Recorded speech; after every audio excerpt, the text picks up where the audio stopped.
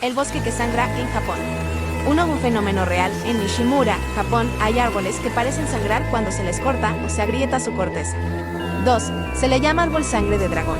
El tono rojo oscuro del líquido que desprenden se parece mucho a sangre fresca. 3. No es pintura ni truco, el color proviene de una resina natural que los árboles usan para protegerse de insectos y bacterias. 4. Ocurre en más países. Fenómenos similares se han visto en árboles de Yemen, Brasil y Marruecos. 5. Usos antiguos. Hace miles de años, esa resina roja se usaba como medicina, tinta e incluso en rituales. Cierre. No es un mito ni edición. Hay árboles que, al romperse, parecen sangrar como si estuvieran vivos.